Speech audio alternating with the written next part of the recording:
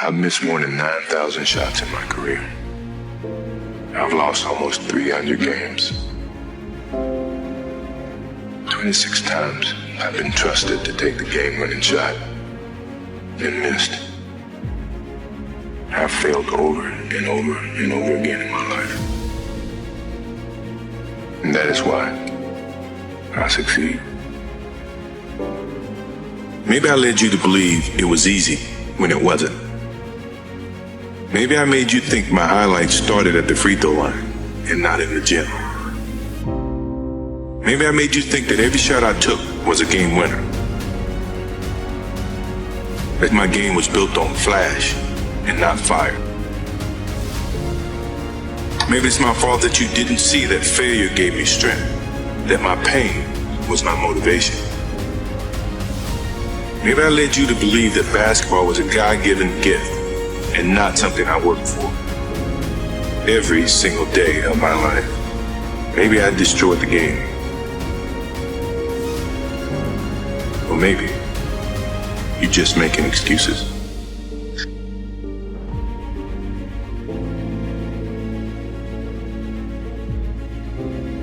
I never feel that I'm at my best.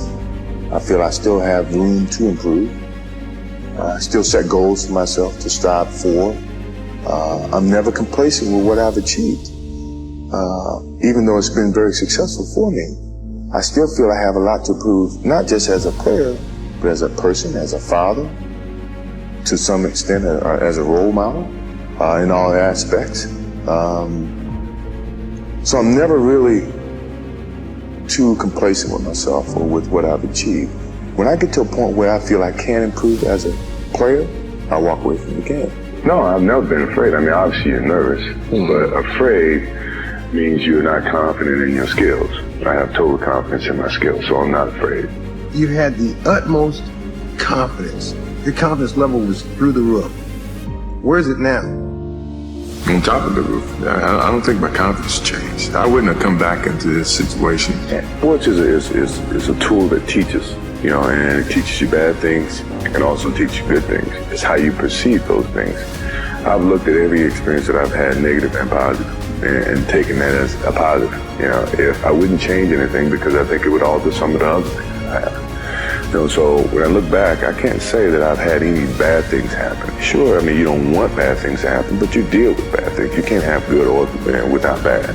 Basketball is my love, always have been, and I can't ever envision an ending of something like that.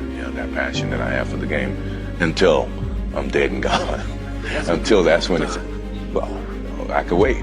I'm not in a rush. It's never enough. Never enough as long as you compete. It's always great to win, but that's why you compete. Each time that you win, it takes away a little bit of that hunger, which is a challenge within itself. It's a battle within your mind to find a challenge to go to that same place that you've been 5 times before. And that's hard. When people say, well, the first one was the hardest, no, the last one's the hardest because you're battling with yourself. Because a lot of times I had to battle with myself to keep challenging myself. That to me was why I would say that the biggest battle was myself, because when you get to a certain pinnacle, you got to find some ways to keep going out there for 82 games. I just think that I have the habits of working hard. I always been taught that to reach a goal that in life that you want, you have to work hard to get to it. And so far, I just have that in mind. Determination, what your motives are, what your ambitions were from the beginning. It's been a lot of soul searching in terms of it's easy to sit back and say, well, I have given my best. I'm tired. Somebody else got to do it or whatever. I didn't take that approach. I thought positively and said, whatever I could do, every little inch of energy that I have, I'm gonna try to provide for this team. I mean, if you give up, then they give up. So I didn't want to give up. No matter how sick I was, or how tired I was, or how low on energy I was, I felt the obligation, to my team, to the city of Chicago, to go out and give that extra effort to achieve it even harder. My competitive drive is far greater than anyone else that I've met. I think that I thrive on that. I think that's my biggest motivation in life. Is to compete find different competitions in certain things in life and try to overcome that, be it positive or negative. But I have yet to meet someone who is as competitive as me, and I just feel that much confident about my competitive drive. I still feel that I have a plateau that, I hadn't reached yet in terms of my skills or my expectations of myself. I'm always going to expect myself to do certain things or surpass certain things. As long as I believe that, then, my road to success is going to continue to expand.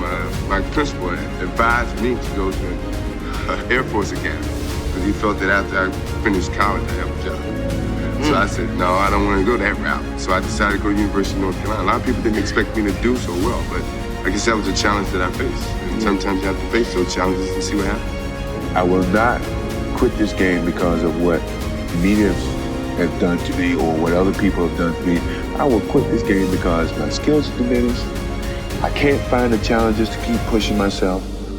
My love is always going to be there, but my pride won't let me leave because someone else is going to push me out. I'm going to leave on my own terms, and I don't think too many athletes have that opportunity to do.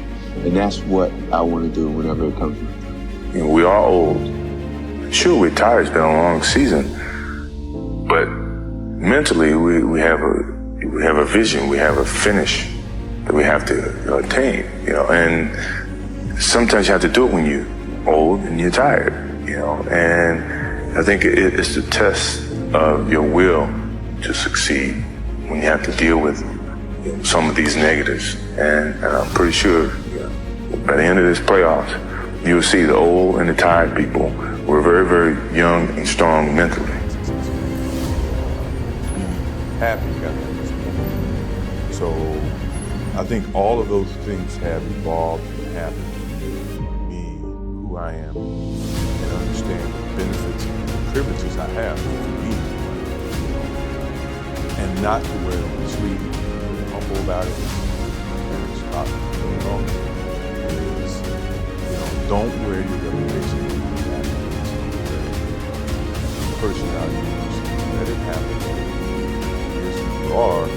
Don't hide from it, but don't wear your reputation. The thing that I remember the most about my father, and I had him for 32 years, and I never look at it from a negative sense. Obviously, he was murdered, and rarely do I get the chance to talk about him. But the thing that I do remember all the time, I think about him practically every day, is for a person like myself who live in the spotlight and is so critical, from people all the time in terms of what I do, what I say, where I go. The thing he's always said, take a pause before you make a decision and say, what if?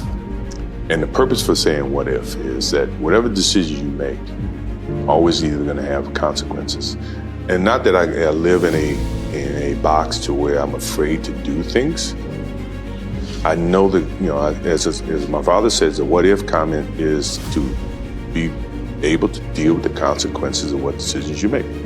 And you think about that. If you think about the consequences, pro or con, you make the right decisions that you feel is the right decision.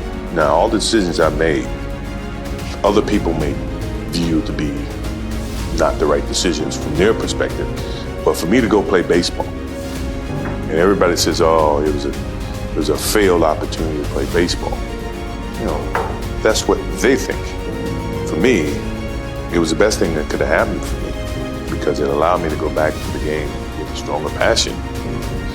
At the same time, I was able to understand the love that these minor league baseball players have, making $1,500 a month. $1,500 a month, which is nothing. But for them, it was big.